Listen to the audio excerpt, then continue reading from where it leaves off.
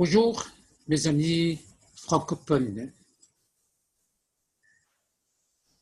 Je m'appelle Janshah Rashidian, un présentateur de la télévision Ranin Kaman. À côté de mes tables rondes, je présente aussi une série de débats sur le nom Les dimensions.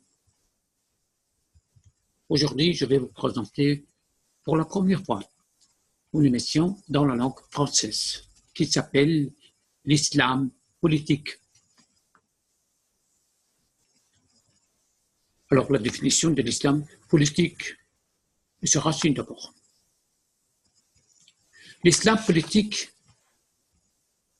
est malheureusement peu connu dans les médias français, ou plutôt les médias internationaux, pour une question tabou, bien sûr. Mais je vais briser ce tabou-là maintenant. Je vais aborder le sujet concernant mon propre pays, mon pays natal, qui est l'Iran, qui est aujourd'hui sous la houle du régime islamique depuis plus de 40 ans. Alors, je vais vous présenter que l'islam était son apparition à l'époque du prophète Mohammed et une religion politique. Et le prophète et ses successeurs dirigeaient la communauté musulmane qui s'appelle Ummah en arabe. Ou bien, on dit Ummat. Parfois, Ummat Islam. D'ailleurs, le mot Ummat et Islam était dans la bouche de Khomeini tout le temps. Il n'a jamais ou bien très peu prononcé le mot Iran et la nation iranienne.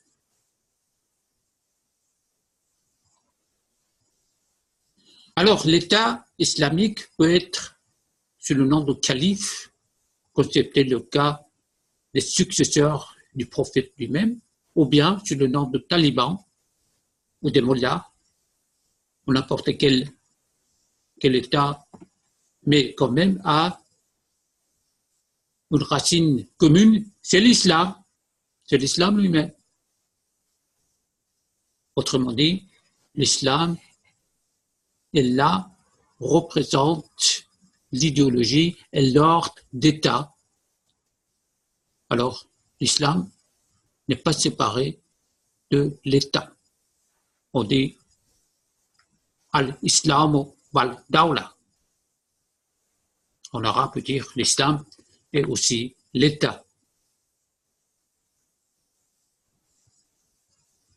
Cet islam politique est aujourd'hui présenté en Iran depuis la révolution islamique en 1979 et fabrique toutes les magouilles possibles. D'après l'idée de l'Ayatollah Khomeini, le fondateur de la République islamique de l'Iran, le pouvoir sera exercé par un mullah chiite, préférablement un chiite de turban noir, qui est apparemment descendant du prophète. D'ailleurs, il y en a des millions de chiites en Iran, on ne sait jamais combien entre eux ce sont des charlatans.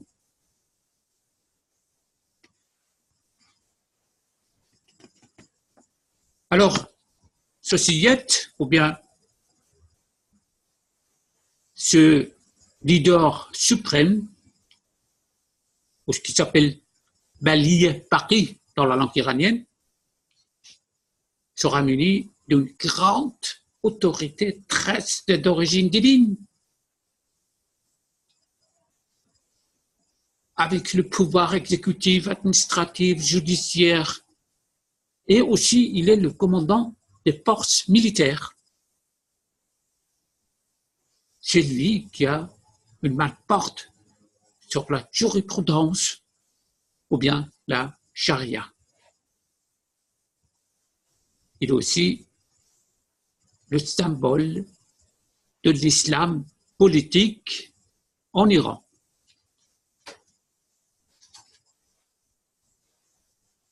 En effet, c'est un mullah sans nécessairement des études politiques, des compétences ou des expériences politiques ou d'autres, mais seulement cet amour-là.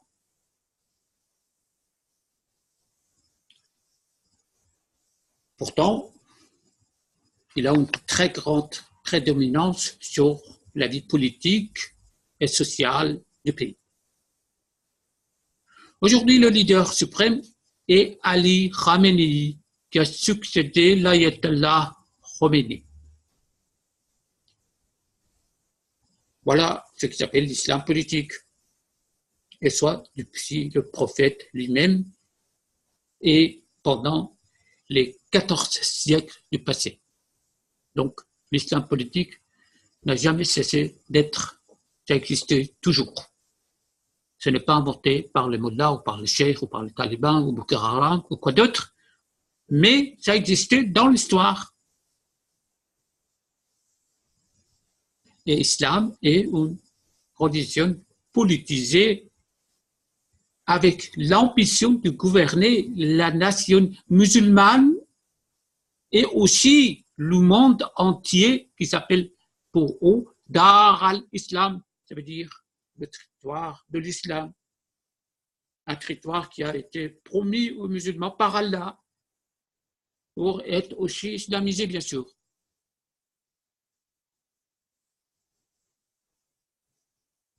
Alors,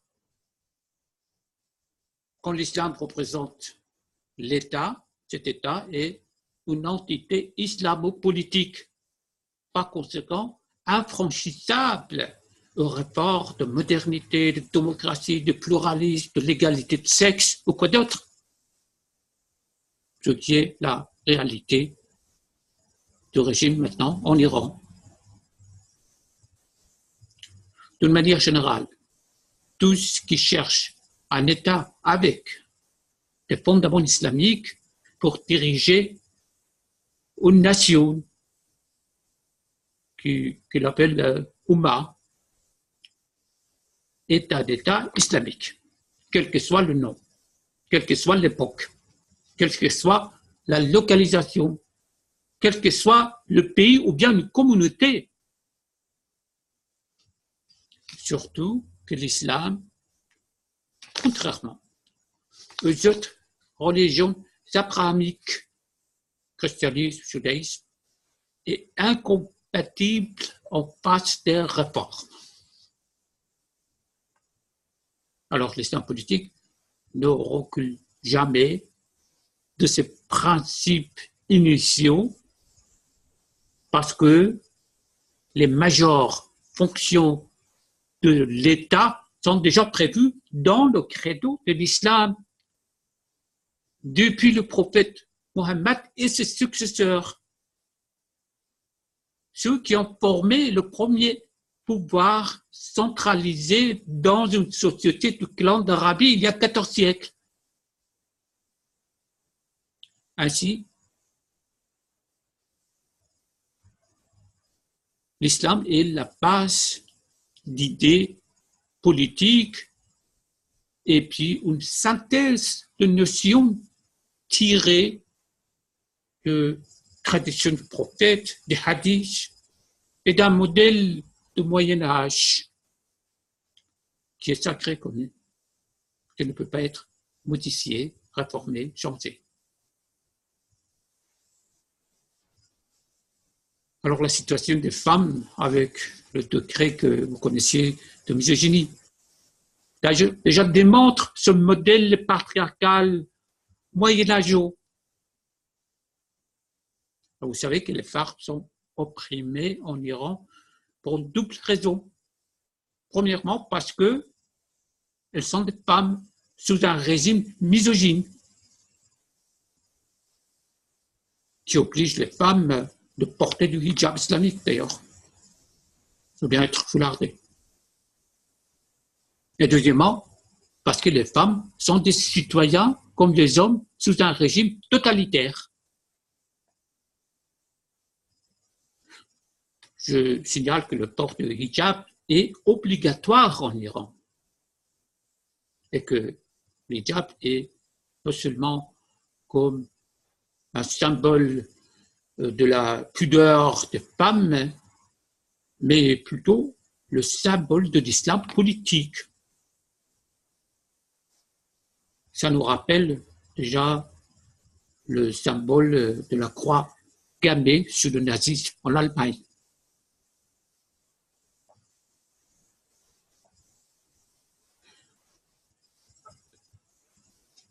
Alors, j'ajoute que les mollahs misogynes, surtout l'ayatollah Ali Khamenei, le leader actuel,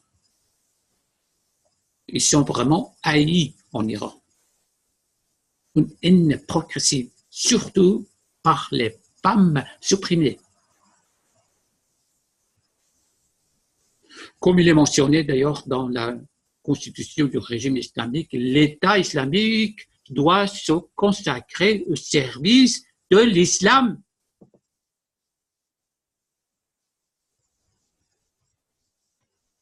Ça veut dire pas de la nation iranienne ou bien les intérêts vitaux du pays, mais de l'islam.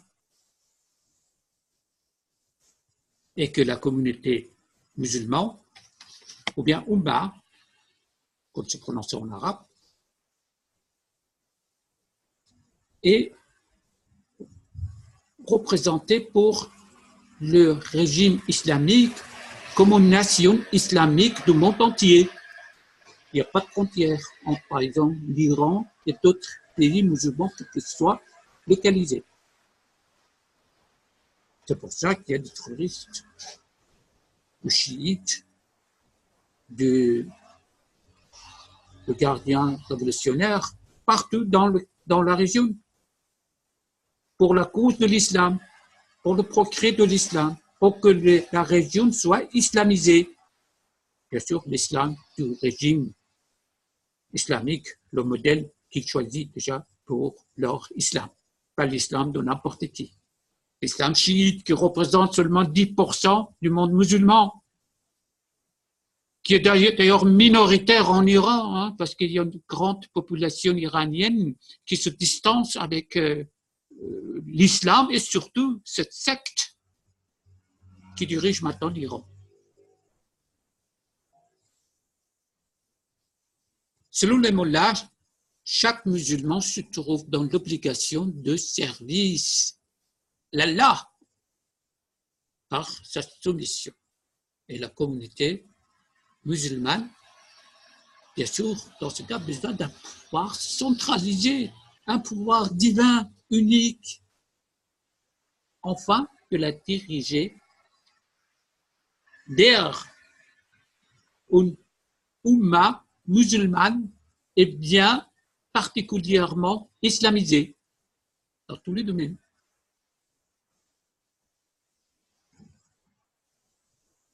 Ce pouvoir purement divin et alors l'islam politique sous la houle de la secte chiite en Iran. L'État islamique, dans ce cas, ne recule jamais de ses principes initiaux,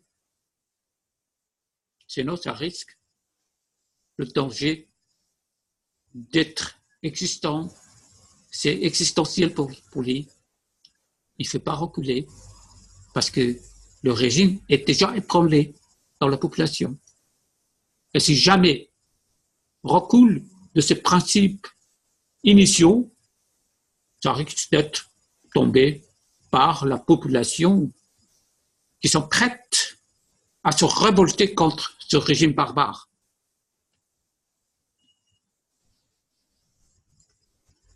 Alors, pour les mollahs,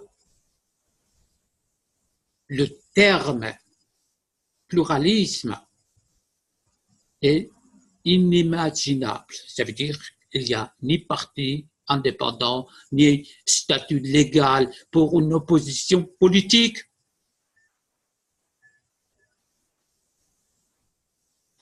Aucun parti, aucune institution indépendante peut exister sur le régime totalitaire des mollahs. Même Ils n'acceptent pas leurs propres fractions qui sont hors du cercle du leader suprême.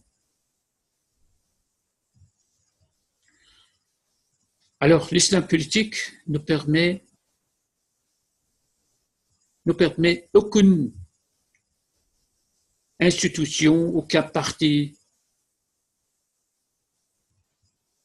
parce que il ne permet pas que la communauté musulmane se subdivise en entités séparées de l'ordre de l'État islamique.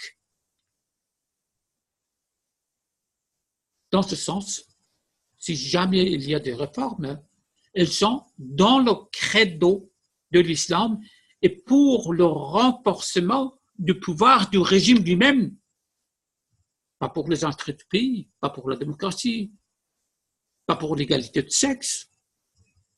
Le régime reste fermé devant toute tentative de réforme en face du pluralisme, de la démocratie, des droits de l'homme, l'égalité de sexe et quoi d'autre. Et d'ailleurs, c'est pour cette raison-là que le régime islamique cherche ses amis étrangers parmi les États dictatoriaux, ou bien moins démocratiques, comme la Russie, la Chine, le Corée du Nord, le régime criminel de Bachar Assad, etc., qui n'ont pas une culture de la démocratie ou de droit de l'homme dans leur propre pays. Alors l'Iran est dirigé dans le XXIe siècle avec les lois islamiques. Et ces lois sont considérées divines, parfaites, suffisantes, immuables, écrites dans le Coran ou inspirées des hadiths, les paroles du prophète, et des imams chiites et leur style de vie. Elles sont pour l'éternité, donc pas réformables, car les musulmans croient que l'islam est la dernière révélation nécessaire pour toute l'humanité. Donc, pour la charia, il n'y a pas de procédure de légalisation ou de réforme, mais seulement d'administration et d'application de l'islam politique tel qu'il est. Par conséquent, un tel État est non réformable avec le temps. Et voilà ce qui s'appelle un État islamique, ou bien l'islam politique. Pour l'islam politique, puisque la société musulmane représente l'islam, l'entité sociale doit être une entité islamique plutôt qu'une entité humaine avec des choix libres arbitres dans tout domaine de la vie sociale, culturelle, individuelle et quoi d'autre. Cela veut dire que l'idée de l'évolution sociale reste là où elle a commencé d'après l'origine de l'islam, il y a 14 siècles, à l'époque du prophète lui-même, dans une société de clans primitive.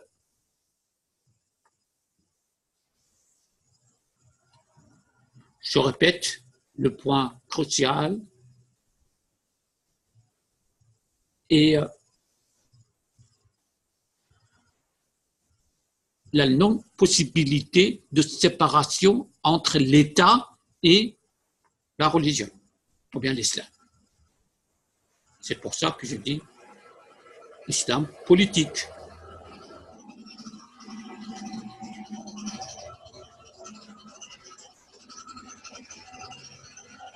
Autrement dit, la séparation de l'État et de l'islam est conditionnellement dénuée de toute signification de la liberté individuelle et démocratique. Tout est basé sur les valeurs islamiques qui sont incompatibles avec le temps moderne, avec le temps dans lequel nous avons besoin d'une laïcité et d'une démocratie et des droits égaux pour les hommes et les femmes. Alors, l'identité islamique imposée telle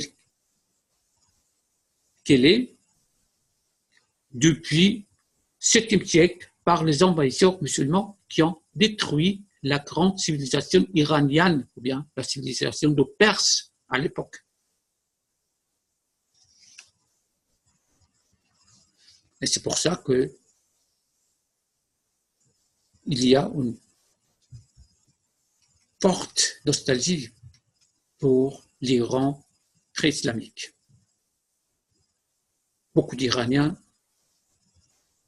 n'ont pas une fierté nationale, une harmonie nationale avec le régime actuel qui représente déjà le dépris de ceux qui ont envahi l'Iran au 7e siècle, qui venaient de l'Arabie à l'époque.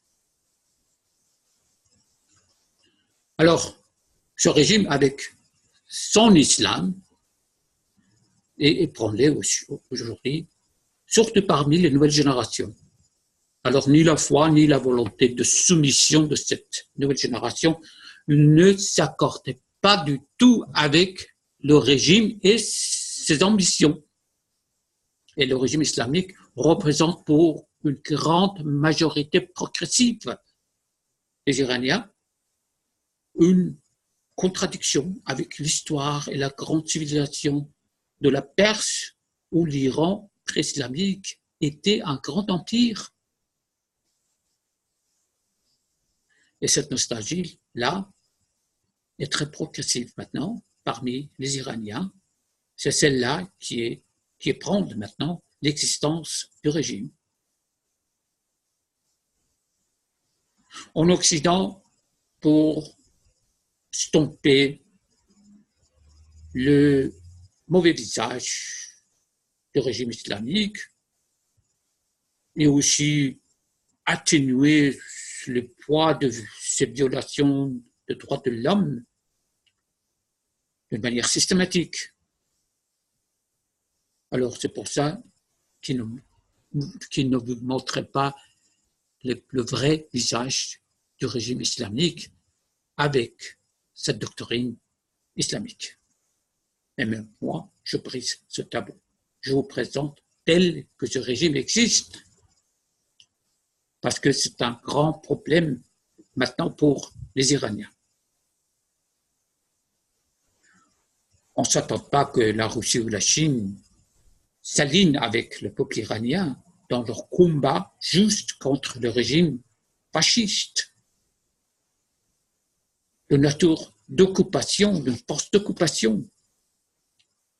Mais par contre, on s'attend que les pays occidentaux, la France, l'Allemagne, respectent leurs propres valeurs démocratiques et de droits de l'homme et leur propre histoire. Et c'est eux qui devront, au lieu de s'aligner avec le régime islamique pour leurs propres intérêts lucratifs, mercantiels et honteux, ils doivent maintenant s'aligner avec le peuple iranien dans leur combat juste contre le régime totalitaire. D'ailleurs, il me semble que l'Occident a oublié l'histoire, qu'il y a une vieille confrontation entre le monde musulman contre le monde non musulman. Ça veut dire une ambition d'éteindre leur territoire, soi-disant, Dar al-Islam. Dar al-Islam, ça veut dire le territoire de l'islam. Et ce qui était promis par Allah aux musulmans. Donc, ce territoire ne connaît aucune frontière. Le monde entier appartient à l'islam et doit être islamisé. Et sous le drapeau de l'islam. C'est pour ça qu'il y a djihad fi sabilillah, ça veut dire tuer ou être tué pour la cause d'Allah. Ça veut dire éteindre le territoire d'Allah à n'importe quel prix. Et c'est pour ça qu'il y a des djihadistes partout, même dans le monde non musulman. Bien sûr, les pays islamisés, la population dans ces pays-là, ce sont les premières victimes de ces islamistes, mais ces islamistes ils ne connaissent pas une frontière. Ils ne connaissent que leur doctrine qui doit être imposée à n'importe quel prix au monde entier.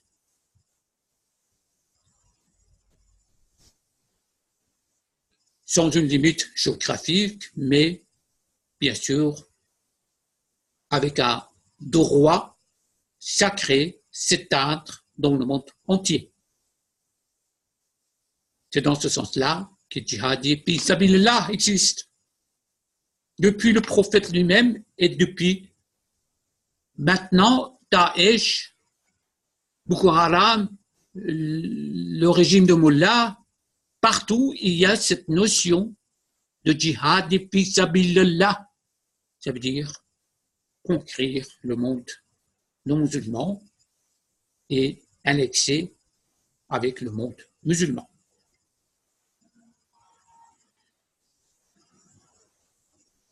Voilà ce qui s'appelle l'islam et ses ambitions d'expansionnisme qui n'est pas créé par une poignée de cheikhs ou mullahs ou talibans, mais ça a existé depuis le prophète lui-même et après ses successeurs, les califes, qui ont d'ailleurs conquis une grande partie du monde entier à leur époque.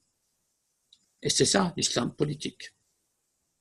Après la chute du communisme, le poids de l'islam politique est présent comme un nouveau pôle d'idéologie qui doit à tout prix franchir ses frontières d'origine.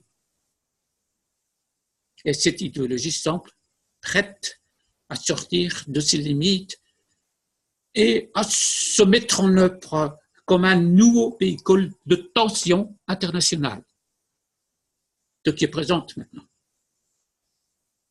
J'ajoute à travers de ce débat que si pour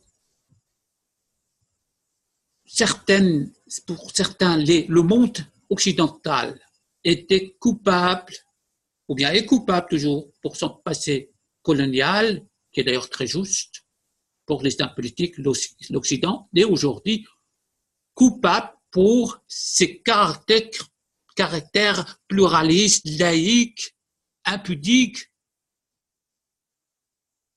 Et pour ces raisons-là, qui considèrent l'Occident comme l'ennemi de l'islam. Cette position purement réactionnaire, quand même, a provoqué une certaine sympathie ou bien l'alignement des milieux d'intellectuels européens ou occidentaux à côté des mouvements islamiques et surtout le régime islamique dont la population musulmane, leur propre peuple, sont leurs premières victimes, ce qui veut dire en Iran, il y avait eu des milliers d'Iraniens musulmans ou non musulmans qui ont été exécutés par le régime au nom de l'islam.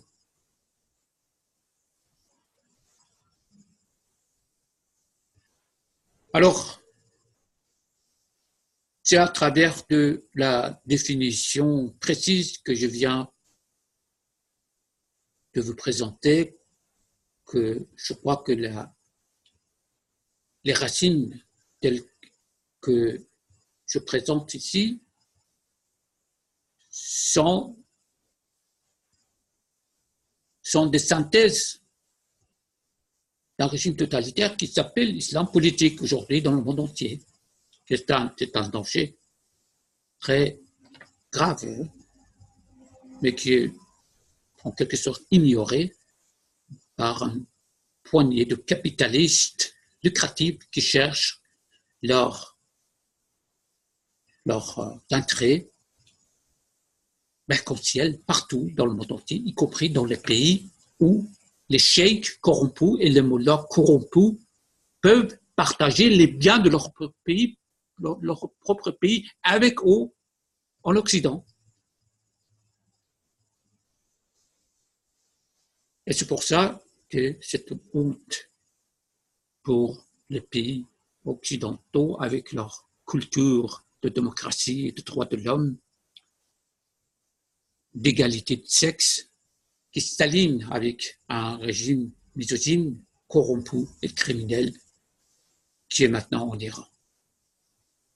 Merci pour votre attention et je vais encore présenter peut-être d'autres émissions en ouvrant d'autres ongles qui ont été cachés par les médias européens, les médias qui choisissent quand même un moyen laxisme pour ne pas briser le tabou. Moi, je vais briser ce tabou-là. Merci. À plus tard.